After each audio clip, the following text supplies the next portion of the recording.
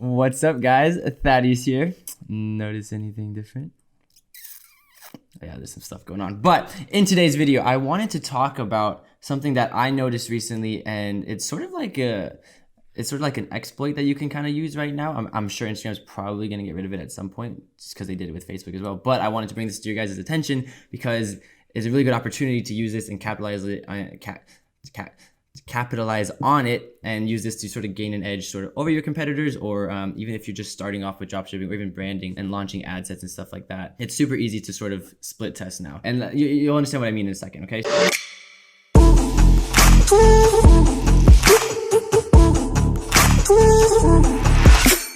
So basically, a while back, right, just because of Facebook's whole, security issues and everything like that they're sort of facing backlash with, right, they became more transparent. And with them becoming more transparent, they allowed everyone to have access to to see the ads that any of these pages are running, which means that if you're an e-commerce business owner, you can see the ads that anyone's running on Facebook. Now, that's not the loophole, that's not like the secret trick, that's public info and everything like that. But the issue is that on these Facebook ads, you can't see engagement, you can't see likes, you can't see comments, you can't see how people are reacting to the ad, you can't see any of that. You just see the actual ad and the ad copy, which is still fairly useful, right? But if you're looking at bigger competitors who split test dozens and dozens of ads every single day and can be cutting them and closing them and launching new ones and stuff like that, but just looking at these ads isn't necessarily going to help because you don't know which one's performing better. But I recently was on Instagram and scrolling on that baby, and basically what I found, guys, right? So I'll walk you guys through this real quick on the phone. So first of all, if I go back on Facebook, right, and we go to, for example, movement watches, right, we go to their Facebook page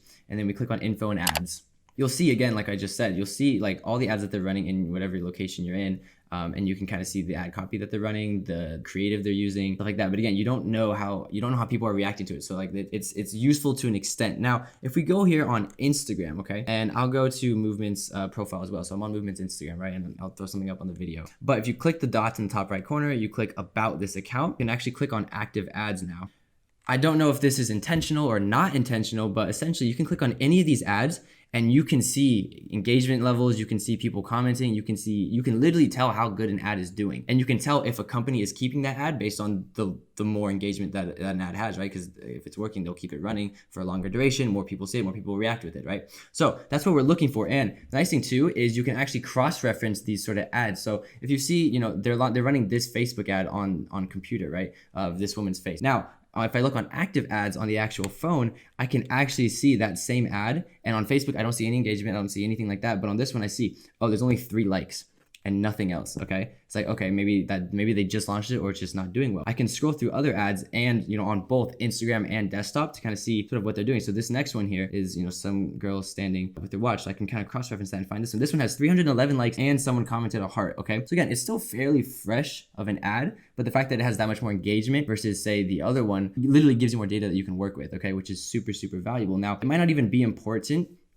for you to even cross-reference this stuff. I mean, depending on how you want to launch your ad sets, right, guys? There's different ways to actually go about doing that. And for me, really, really broad targeting when I'm hitting cold traffic and then lots and lots of retargeting ads is sort of the strategy that I like to go and I like to kind of pursue if I'm launching any sort of brand, right? Because again, my edge is content. What we do really well is content and branding. So with our ad creative, we can usually win eyeballs over on people's screens just because of that. And then it's just really comes down to broad targeting, letting Facebook do their job, right? And finding you buyers. So you don't necessarily need to cross-reference from Facebook to Instagram, depending on your ad platform that you're using. Because a lot of these ads, they're running on both platforms. Now, the key to it is just looking through those Instagram ads and seeing which ones are doing really, really well, which ones have a lot of engagement, which ones, there's people tagging them in the ads. There's a lot of likes, it's good quality content. That gives you an idea of what you can use. Now, the interesting thing too is you can see the copy that they're using. If you look at some of these companies, you'll notice that they launched 3 of the same ad creatives. They're just testing different copy. Now, you can go through that and see, in fact, I know of one example here because I was researching this earlier for one of my brands. And if we pull up Talentless, okay, because I want you guys to be able to do this too.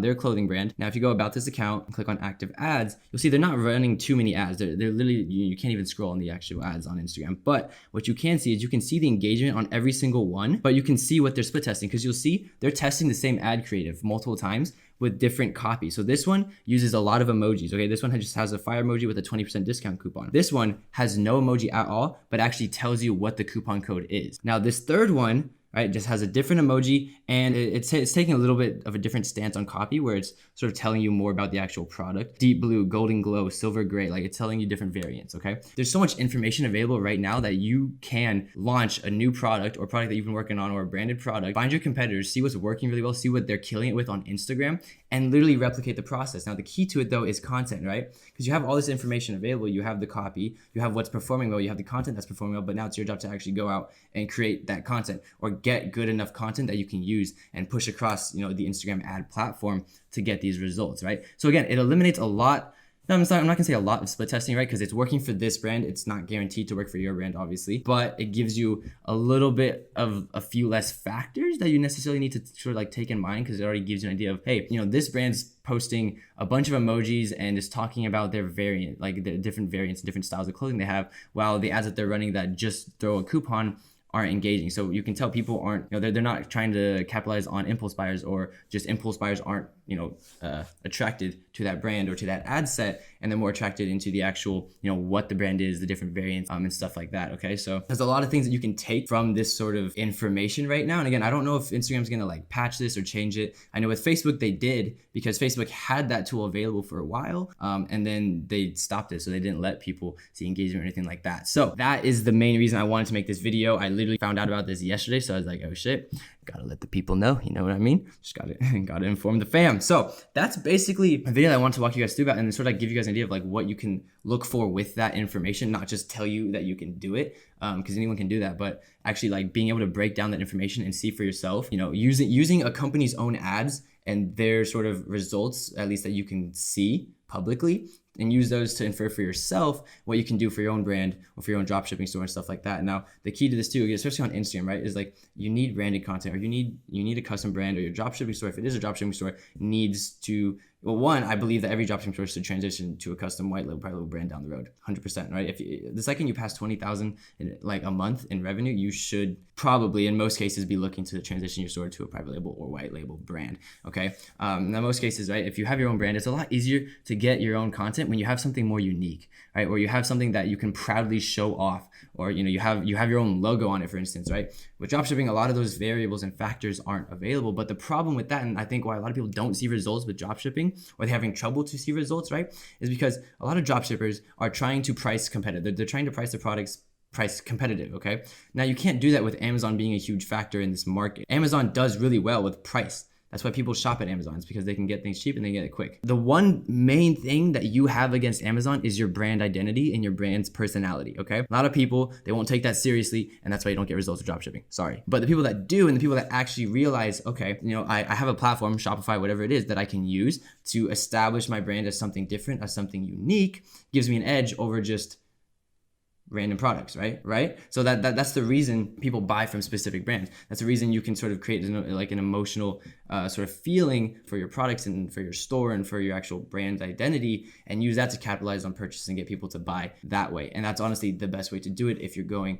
to try to be dropshipping, you need to try to be branding, right? That's why my first store did so well, is because I was already doing custom content and custom branding. Like, people thought it was it was our own sort of a, well, again, my first dropshipping store was a curation of goods, right? So we were curating products all around. We have really good content. People bought from us, okay? Because we were able to sort of create that visual connection and sort of drive an emotion with that. And, on top of a lot of other factors like website, back-end processes, good relationships with manufacturers, stuff like that sort of help the back-end process. But on top of it, guys, the key to it is building a brand or getting content and being brand focused, brand centric, or transitioning to a brand, stuff like that, okay? So that was a very quick video. But yeah, guys, I'm in my new office out here in Irvine, and we got a pretty dope setup right now, which is pretty sick. But again, I just want to make that quick video, sort of walk you guys through sort of what I found and how you guys can actually start using this to, again, sort of like, get an edge over your competitors, or, be able to get more information before you start using money and testing ads, stuff like that. Just remember to focus on content and branding. And yeah, I hope you guys enjoy the video. I will see you guys on the next one. Make sure to drop a like, make sure to drop a comment, and make sure to subscribe. Your boy is finally out here being able to crank out content a lot more,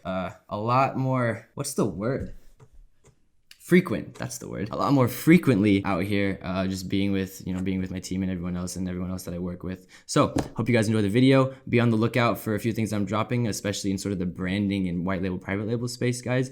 Just because, again, if you're watching this video so far, I might as well tell you. So as of 2 months ago, I had 6 dropshipping stores. Now I have 1 dropshipping store running. The rest have either converted to a white label, private label brand, or they've been cut and I'm transitioning into new private label, white label brands because I have a lot more control over content, like I've been preaching for like the last 2.5 years, and I have a lot more control over the brand identity and everything else like that. And just where I'm at right now, I want to pursue more private label, white label stuff that can help my personal brand grow as well. And just I've always been into fashion, so that's kind of what I'm starting on the side. But yeah, guys, that's I think what you should be doing in 2019 is moving more into branding private label, white label, and me and my boys, we can help out with that. You'll see some of that soon, but I will see you guys in the next video. Make sure to, again, I already said it, drop a like, subscribe, comment, all that fun shit. And I'll see you guys in the next one. Take care. Peace.